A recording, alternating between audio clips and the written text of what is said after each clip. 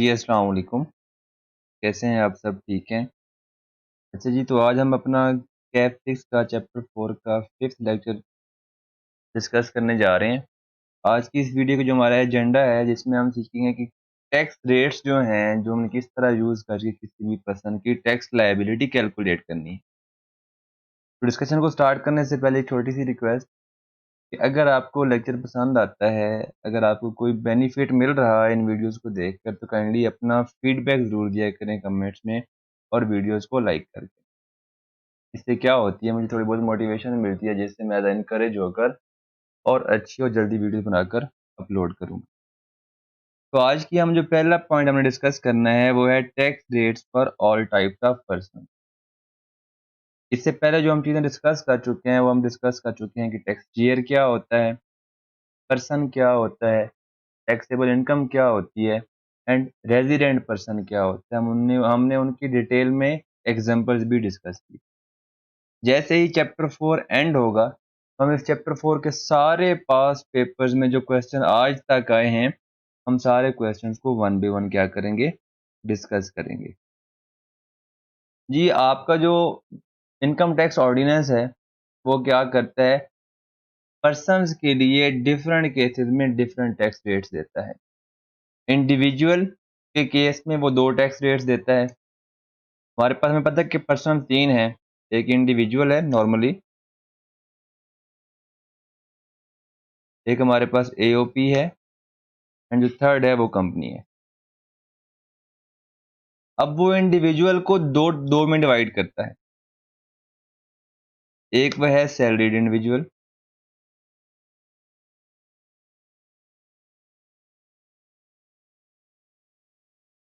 मतलब ये है कि जो बंदा एम्प्लॉय है, कहीं पर जॉब करता है, उसकी जो सैलरी है, सैलरी की जो इनकम है, उसको हम क्या कहते हैं? सैलरीड इंडिविजुअल कहते हैं। अगर उसकी सैलरी की इनकम है, तो उस पर जो टैक्स जो इनकम टैक्स रेट्स लगेंगे, वो कौन से लगेंगे? वो अभी हम देखते हैं। दूसरा जो है, वो है non salaried person, non salaried individual.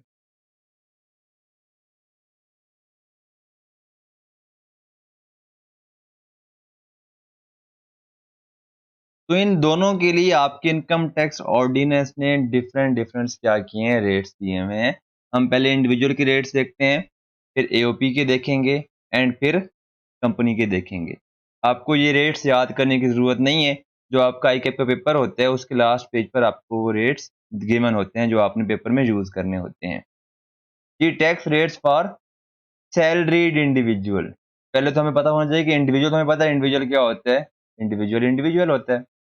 अब सैलरीड इंडिविजुअल और नॉन सैलरीड इंडिविजुअल क्या होता है? तो जहाँ पर उसमें पहले बताया हुआ है कि where the income of an individual chargeable under the head salary exceeds 75% of his taxable income.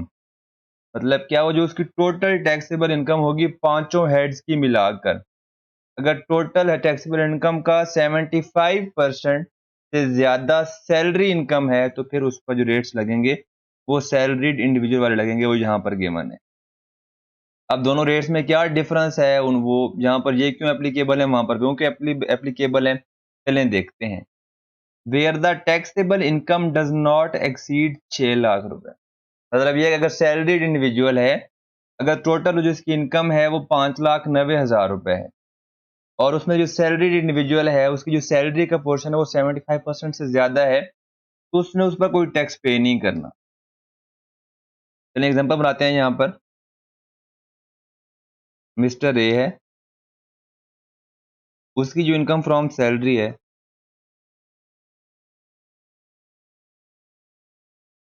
वो है 2 लाख रुपए, सॉरी 4 लाख रुपए, ठीक है? उसकी इनकम फ्रॉम प्रॉपर्टी है,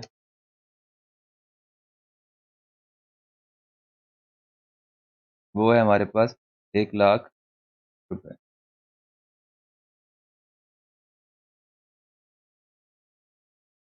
कैपिटल गेन वो हमारे पास है 50,000 रुपए। फिर हमारे पास नेक्स्ट है इनकम फ्रॉम बिज़नेस,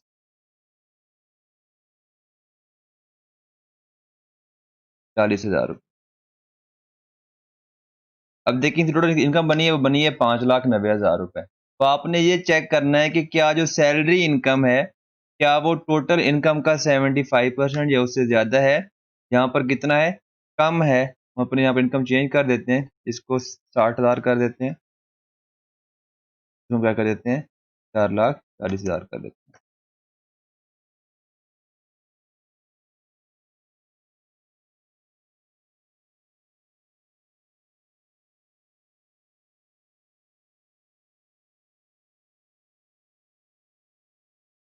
अब यहाँ पर देखें जो हमारी सैलरी इनकम है, वो जो हमारी टोटल जो टैक्सेबल इनकम है उसका 76% है। तो इस केस में मिस्टर ए कहाँ पर फॉल कर रहा है? Where taxable income of a salaried person is less than 6 lakh रुपए, तो इस पर कोई टैक्स पे नहीं करना। ये है पहला सिनेरियो जहां पर सैलरी इनकम क्या कर रही है? 75% से एक्सीड कर रही है। अब हम यहाँ पर दूसरा सिनेरियो बनाते हैं। वो क्या सिनेरियो होगा हमारा यहाँ पर? चलिए वो देखते हैं।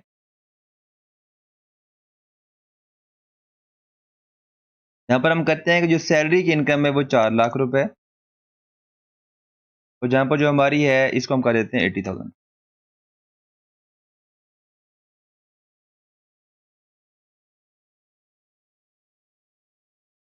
अब हम देखते हैं, अब यहाँ पर जो सैलरी इनकम है वो टोटल टैक्सेबल इनकम का क्या है?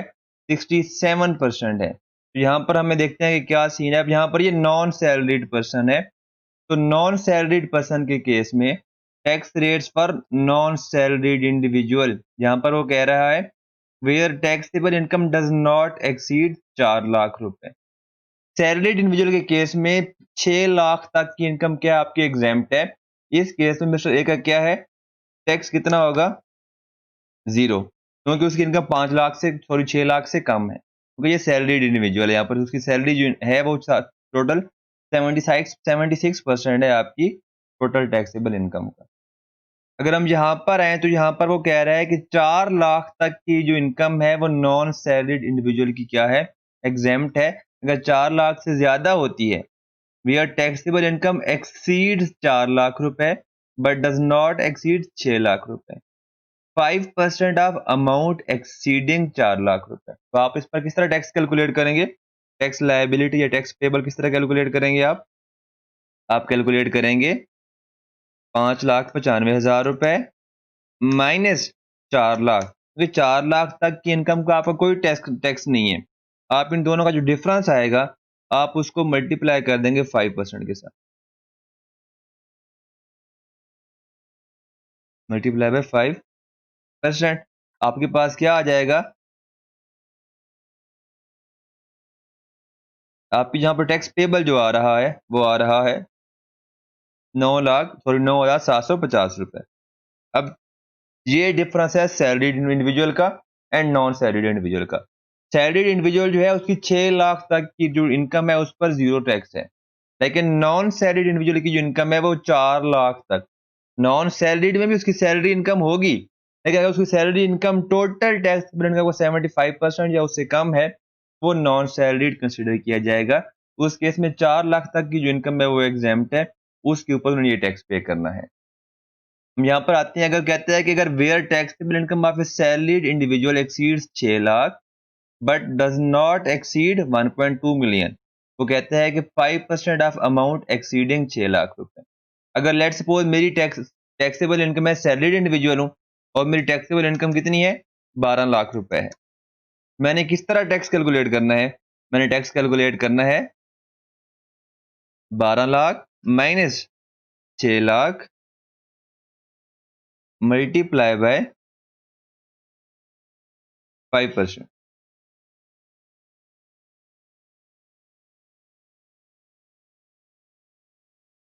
ये मेरा बनता है यहाँ पर 30,000 रुपए। अगर यही पर्सन नॉन सैलरीड इंडिविजुअल होता 12 लाख इनकम का, तो वहां पर लॉ क्या कहता है? यहाँ पर कह रहा है where taxable income exceeds rupees 6 lakh but does not exceed rupees 1.2 million. यहाँ पर कह रहा है rupees 10,000 plus 10% of amount exceeding 6 lakh रुपए। हम यहाँ पर देखते हैं कि नॉन सैलरीड इंडिविजुअल है, उसकी इनकम 12 लाख रुपए है, उसने उस पर किस तरह टैक्स कैलकुलेट करना है। वो कह रहा है कि 10,000 प्लस जो 12 लाख माइनस जो 6 लाख का डिफरेंस है, आपने उसको मल्टीप्लाई करना है 10% से। यही कह रहा है। अब हम देखते हैं कि क्या हमारा पास यहाँ पर टैक्स लायबिलिटी कितनी आती है।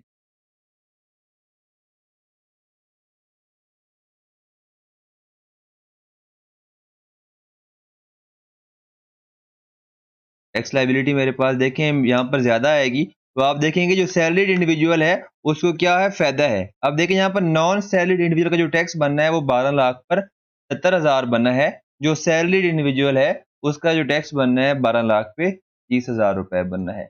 तो ये आपके क्या है, salaried individual and non salaried individual के क्या है, टैक्स रेट्स हैं।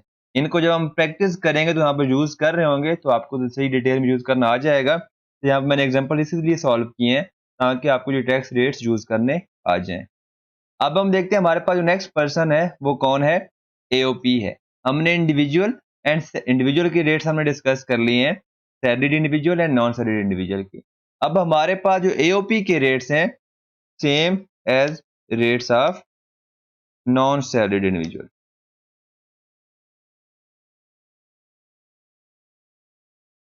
यहाँ पर देखें जो हमारे पास रेट नॉन सैलरीड इंडिविजुअल का है वही क्या रेट है, एओपी का है। यहाँ पर मेंशन है tax rates for non salaried individuals and association of person.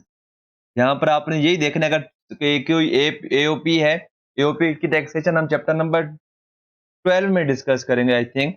आपका चैप्टर नंबर जो 12 है वो आपका क्या है, एओपी की टैक्सेशन के रिलेटेड है। 12 या 11 दोनों में से कोई एक है, हम वहाँ पर डिस्कस करेंगे। फिर हम एओपी के रिलेटेड जो टैक्स रेट्स हैं कैसे हमने यूज करने हैं, हम वहाँ पर क्या करेंगे, वो यूज करेंगे। हमने यहाँ पर इस वीडियो के अंदर अभी तक टैक्स रेट्स भी डिस्कस कर लिए हैं। अब हमारे पास कंपनी रह गई है।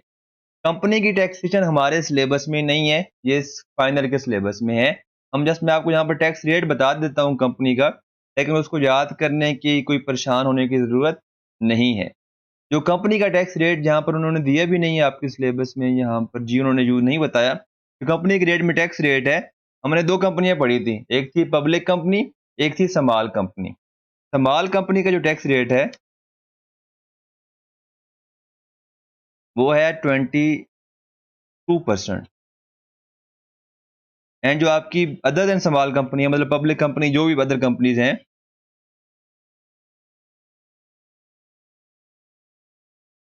उनका है 29%।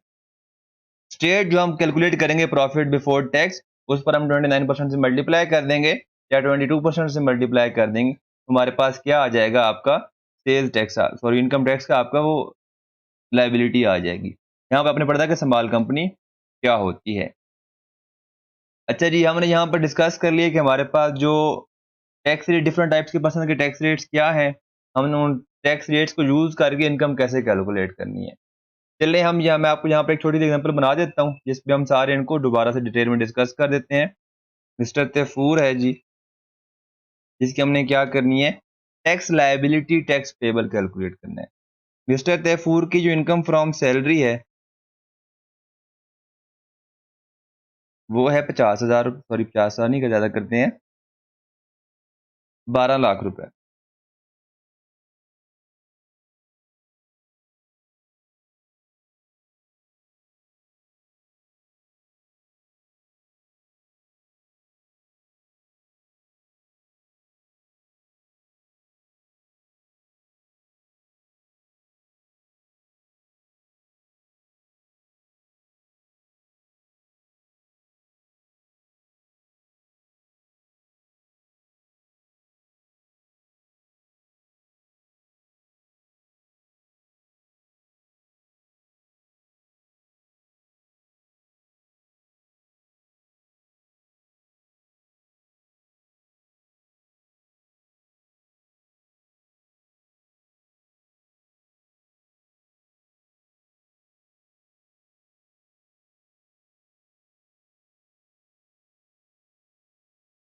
Two million.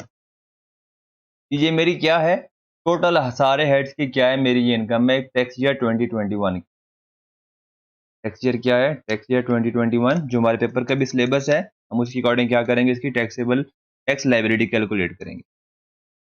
अब हम क्या करते हैं, रिक्वायर्ड क्या है आपको, रिक्वायरमेंट क्या है, कैलकुलेट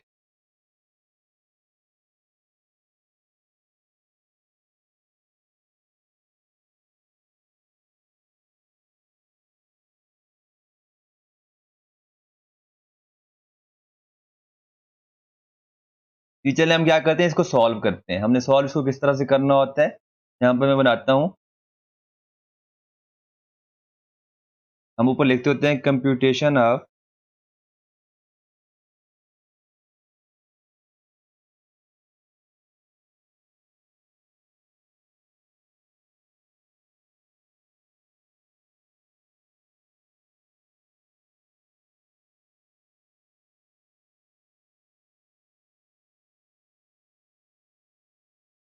हम लिखते हैं यहाँ पर टैक्स ईयर 2021।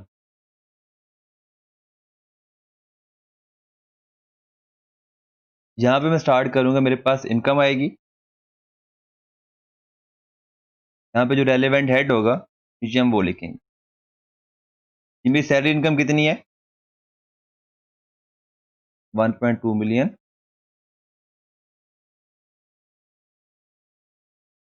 यहाँ पर सारी कॉपी कर लेते हैं यहाँ से।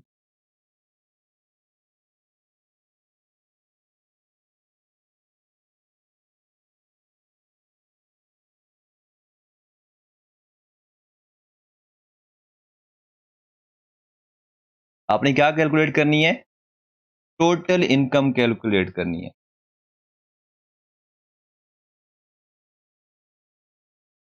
ठीक है जी, आपकी क्या टोटल इनकम भी यही है, आपकी टैक्सेबल इनकम भी यही है।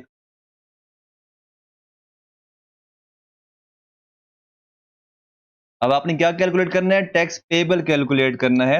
उसके लिए आपने क्या करना है, जो आपके टैक्स के रेट्स हैं आपने वो यूज करने हैं। हमने यहाँ पर अभी पढ़े थे वो क्या थे। अब हमने पहले ये डिटरमिन करना है कि क्या ये नॉन सैलरीड इंडिविजुअल है मिस्टर तैफूर, या सैलरीड इंडिविजुअल है।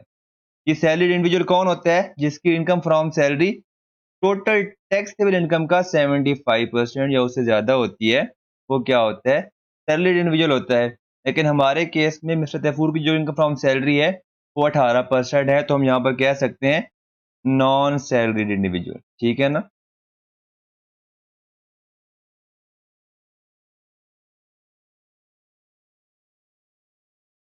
हमने अब क्या कौन से रेट यूज करने हैं, नॉन सैलरीड इंडिविजुअल के क्या करने हैं, हमने यहाँ पर रेट्स यूज करने हैं। अब देखते हैं कि 6.8 मिलियन का जो इनकम पर टैक्स रेट कितना लगना है नॉन सैलरीड इंडिविजुअल का। कि ये हमारे कौन से रेट हैं, tax rate for non salaried individual. अब आपने देखना है कि लॉ कह रहा है where taxable income exceeds 6 million, 6 million, तो आपने उस पर ये टैक्स रेट्स यूज करने हैं। हमारे पास अगर 6 मिलियन से अबव है तो लॉ कहता है कि आपने जो टैक्स लायबिलिटी कंप्यूट करनी है वो करना है कि 1.220 मिलियन प्लस जो अमाउंट 6 मिलियन से एक्सीड कर रही है उसका 35% आपकी क्या होगी, टैक्स लायबिलिटी होगी। फिर जब हम कैलकुलेट करते हैं वो कहता है कि 1.220 मिलियन, उसमें हम ऐड करेंगे 35% ऑफ 6.8 मिलियन माइनस 6 मिलियन, उसका कितना 35%।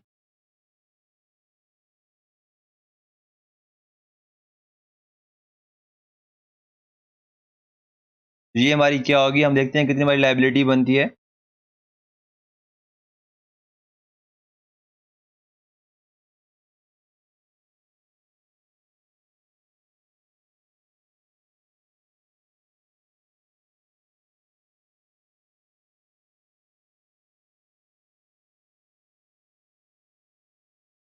हमारी जो टोटल टैक्स लायबिलिटी बनती है मिस्टर तैफूर का, वो टैक्स लायबिलिटी टैक्स पेबल बनता है 15 लाख रुपए। तो लॉ कह रहा है कि अगर आपकी इनकम 6.8 मिलियन है तो आपने कितना टैक्स पे करना है, 1.5 मिलियन क्या करना है, आपने टैक्स पे करना है। इस तरह हम क्या करते हैं, टैक्स यूज करके रेट्स यूज करके अपने क्या करते हैं, लायबिलिटी कैलकुलेट करते हैं। अगर मैं इसी एग्जांपल को चेंज करूं, इसको अगर मैं सैलरीड इंडिविजुअल बनाऊं, तो फिर देखते हैं मेरी कितनी टैक्स लायबिलिटी बनती है कि सैलरी इंडिविजुअल की अगर इनकम इतनी हो, उसकी लायबिलिटी क्या बनेगी। मैं कहता हूँ कि मेरी जो इनकम फ्रॉम सैलरी है वो 5 मिलियन है, ठीक है। इनकम फ्रॉम अदर सोर्सेज मेरी है वो, जहाँ पर मैं इनकम फ्रॉम बिजनेस कर देता हूँ 5 लाख। प्रॉपर्टी इनकम मेरी है वो 4 लाख। अब देखते हैं कि मेरी टोटल कितनी बनती है। हम टैक्स लायबिलिटी कैलकुलेट करते हैं मिस्टर तैफूर। जी,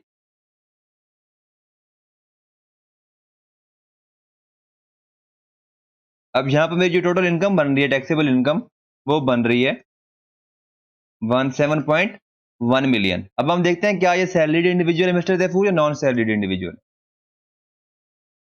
जी, क्या चेक करना है हमने, total salary income divided by, इसको हम कम कर देते हैं, ये 3 लाख कर देते हैं, इसको 2 लाख कर देते हैं। अब मेरे पास जो इनकम बन रही है मिस्टर तैफूर की सैलरी, वो टोटल इनकम उसका 78% बन रही है। तो ये हमारा क्या है, यहाँ पर सैलरीड इंडिविजुअल है। इस पर हम कौन से टैक्स रेट लगाएंगे, सैलरीड इंडिविजुअल टैक्स रेट लगाएंगे। यहाँ पर देखें लॉ कह रहा है कि अगर आपकी income where taxable income exceeds 5 million but does not exceeds 8 million, हमारी कितनी इनकम है 6.4 मिलियन, तो ये हमारी इसी स्लैब में फॉल कर रही है। उस पर कितना टैक्स होना है, 6,70,000 रुपए plus 22.5% of the amount exceeding 5 lakh रुपए, 5 मिलियन रुपीज। चलें देखते हैं। वो कहता है कि टैक्स लायबिलिटी 6,70,000 रुपए, आपने उसमें ऐड करना है,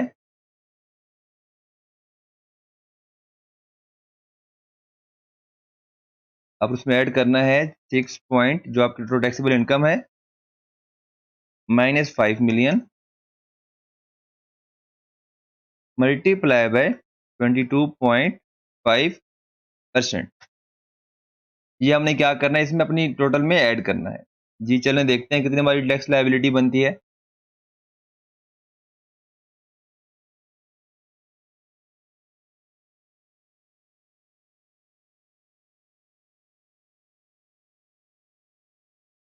₹3,15,000। यहाँ पर जो मेरी टैक्सेबल इनकम बनती है, ये मेरी टैक्स लायबिलिटी बनती है, वो बन रही है 9,85,000 रुपए। हालांकि टोटल 4 लाख का मेरा डिफरेंस है टोटल इनकम में। यहाँ पर मेरी जो इनकम थी, इधर के ये 6.8 मिलियन थी, उस पर मेरा टैक्स बन रहा था वो 15 लाख बन रहा था। 6.4 मिलियन में मेरा जो टैक्स बन रहा है वो 980,500 बन रहा है। अगर मैं यहाँ पर ये कर देता हूँ, लेट्स सपोज मैं कहता हूँ कि मेरी जो इनकम है वो 6.8 मिलियन ही है, तो कंपेयर अगर करें तो 6.8 मिलियन में जो मेरा टोटल टैक्स बना है वो बना है सैलरीड इंडिविजुअल के केस में 10 लाख रुपए। अगर नॉन सैलरीड के केस में वही उसी इनकम पर टैक्स बना है आपका 15 लाख रुपए। तो सैलरीड इंडिविजुअल को बेनिफिट दिया गया है लॉ के अंदर, उस पर जो टैक्स लायबिलिटी बनती है वो कम बनती है। हमने सीखा है कि हम किस तरह यूज करेंगे अपनी रेट्स को। अब अपना थर्ड टॉपिक देखते हैं कि डिडक्टेबल अलाउंस क्या होता है। जी, लॉ आपको एक इंसेंटिव देता है आपकी कुछ एक्टिविटीज को, कुछ कुछ चीजों को प्रमोट करने के लिए। कहते हैं कि अगर आप इन को 5 चीजें हैं, 6 चीजें हैं, हम वो देखते हैं आपकी स्टडी टेक्स्ट में। लॉ कहता है कि अगर आप इन 5-6 चीजों में से किसी एक चीज पर पैसे लगा रहे हैं, तो उन पैसों को मैं आपकी, हालांकि वो आपकी इनकम से आपने अर्न किए हैं, एक तरह से उसको मैं आपकी इनकम कंसीडर नहीं करूंगा। वो किस तरह से, तो इस तरह से वो कहता है कि जो आप इन 6 चीज़ों में से कोई अगर आप चीज़ किसी एक चीज़ में पैसे लगा रहे हैं, जैसे कि आपने ज़कात पे की है। ज़कात कौन-सी पे की है, वो हम बाद में डिस्कस करते हैं, ठीक है? वो कहता है कि जब आप अगर आपने ज़कात पे की है, तो ज़कात पे करने के केस में वो हमें एक आपको क्या देते हैं, एक बेनिफिट टाइप देते हैं। कहते हैं अगर आपने ज़कात पे की है, तो मैं क्या कहूँगा, लेट्स सपोज़ हम अपनी यही एग्ज़ाम्पल लेते हैं। हम कहते हैं कि पेड ज़कात 12 लाख रुपए। कहता है कि जितनी अमाउंट की आपने ज़कात पे की होगी, उतनी अमाउंट से मैं जो आपकी टैक्सेबल इनकम है वो क्या कर दूँगा, कम कर दूँगा। तो हम यहाँ पर कहते हैं लेस डिडक्टेबल अलाउंसेस। ये आपने अपनी टोटल टैक्सेबल इनकम कैलकुलेट करने के बाद उसमें से लेस करने होते हैं। कितनी है? 12 लाख रुपए। अब यहाँ पर 6.8 मिलियन मेरी क्या है? टोटल इनकम है। ये जो टैक्सेबल इनकम होती है वो क्या होती है? Total income less deductible allowances less exempt income, उसके बाद आपकी क्या आती है? टैक्सेबल इनकम आती है। यहाँ पर मैंने क्या कर दिया है? 1.2 मिलियन को लेस कर दिया है। हालांकि मेरी इनकम कितनी थी? 6.8 मिलियन थी। लॉ कहता है क्योंकि आपने ज़कात पे की है, मैं जो ज़कात वाली पेमेंट है वो आपकी इनकम कंसीडर नहीं करूंगा। जो आपने टैक्स पे करना है वो 5.6 पर पे करना है।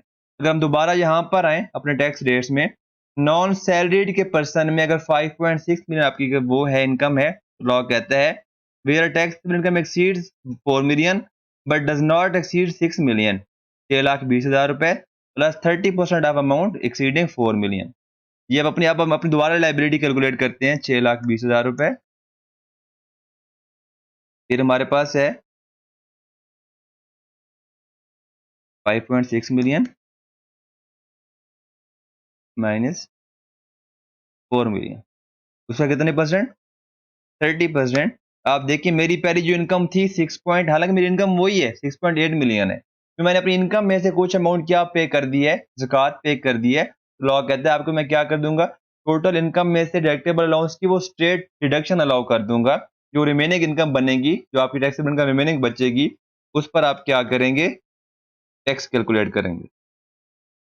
यहाँ पर अगर आप देखें तो मैंने 5.6 मिलियन पे जो टैक्स मेरा बन रहा है वो 11 लाख रुपए बन रहा है। ये बेनिफिट होता है आपका डिडक्टेबल अलाउंसेस का। हम डिडक्टेबल अलाउंसेस बाद में चैप्टर 11 में डिटेल में पढ़ेंगे। ठीक है, यहाँ पर ज़कात है, WWF है, WPPF है एंड प्रॉफिट ऑन डेट है। ये हम सारी चीज़ें कहाँ पर पढ़ेंगे? आपकी चैप्टर 11 के साथ पढ़ेंगे। अभी जस्ट आपको मैंने एक कॉन्सेप्ट दिया है कि अगर कहीं पर आगे कोई टर्म यूज़ होती है डिडक्टेबल अलाउंस की, आपको पता होगा कि ये क्या होता है। अब हमारा ये टॉपिक, वीडियो का लास्ट टॉपिक है, वो है हमारा टैक्स क्रेडिट्स। सिमिलरली ये भी एक तरह का डिडक्टेबल अलाउंस टाइप होता है, लेकिन ये आपको वो अलाउ करता है, वो कहता है कि अगर आपने ऐसा कोई काम किया है तो आपकी जो इस काम के बाद, इस काम की वजह से मैं क्या करूंगा? आपको टैक्स क्रेडिट दूंगा। कैसे? फॉर एग्जाम्पल, हम एग्जाम्पल लेते हैं, आपके चैप्टर 13 में वो चीज़ है, वहां पर जाकर डिस्कस करते हैं चैप्टर 11 में।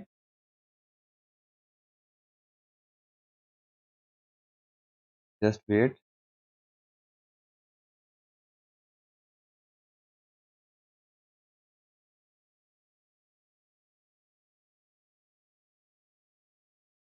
चैप्टर 11 में नहीं है वो, चैप्टर 12, फिर 12, फिर चैप्टर 11, चैप्टर 11 ये राज, चैप्टर 11 में ही है। मल्टीपल एक्टिविटीज है जहां पर वो कहता है कि मैं आपको क्या दूंगा? टैक्स क्रेडिट दूंगा। जैसे कि यहाँ पर हम देखें, tax credit for charitable donation, वो उसने कुछ डोनेशंस बताई हुई हैं कि अगर आप डोनेशंस करते हैं ये वाली, जितनी अमाउंट की आपने डोनेशन की होगी, लेट्स सपोज मैंने 5 लाख की डोनेशन की है, ये फॉर एग्जांपल, उसका मुझे जो 1% है, वो लॉ कहता है मैं आपको आपकी टैक्स लायबिलिटीज में क्या कर दूंगा? स्ट्रेट आपकी लायबिलिटी उस टोटल डोनेशन के 1% से क्या कर दूंगा? कम कर दूंगा। तो मैं क्या करूंगा? टैक्स पेबल कैलकुलेट करने के बाद उसमें से मैं क्या करूंगा? टोटल मेरी लायबिलिटी बनती है 1%, मैं क्या कर दूंगा? मैं कहूंगा कि जी मेरा ये लायबिलिटी थी, ये मुझे क्या मिल रहा है? टैक्स क्रेडिट मिल रहा है डोनेशन पे करने पे। अब मैंने गवर्नमेंट को टैक्स पे करना है, वो बनते हैं 10,95,000 रुपए। सिमिलरली अगर मैंने क्या की हुई है, किसी कंपनी में शेयर्स परचेज किए हैं, किसी लिस्टेड कंपनी के, लॉ कहता है कि अगर आपने जितने अमाउंट के शेयर परचेज किए हैं, फॉर एग्जाम्पल, एग्जैक्ट क्या अमाउंट हमें क्रेडिट मिलेगा वो बाद में देखेंगे। मैंने शेयर परचेज किए हैं 5 मिलियन के, लॉ कहता है कि मैं आपको उसका 2% क्या कर दूंगा? टैक्स क्रेडिट अलाउ कर दूंगा जी। तो मेरी लाइबिलिटी फिर क्या हो जाएगी? कम हो जाएगी। देखते हैं कितनी कम होगी इस चीज से। ये आपकी इन्वेस्टमेंट को इनकरेज करने के लिए, अब यहाँ पर देखें मेरी जो टैक्स लाइबिलिटी है वो 1 लाख रुपए से कम होगी। ठीक है, तो ये क्या है? आपको बेनिफिट देते हैं वो कि जहाँ जी आप अगर ये इन्वेस्टमेंट करेंगे, आप अगर कुछ सोशल वर्क वर्क करेंगे, तो उस केस में आपको क्या करेंगे? एक तरह के इंसेंटिव देते हैं, टैक्स आपकी टैक्स लायबिलिटी को लॉ कम कर देता है। ये क्या होता है? आपका टैक्स क्रेडिट होता है। या आज का हमारा टॉपिक यहाँ पर क्लियर हुआ। चलो फिर मिलते हैं नेक्स्ट लेक्चर में।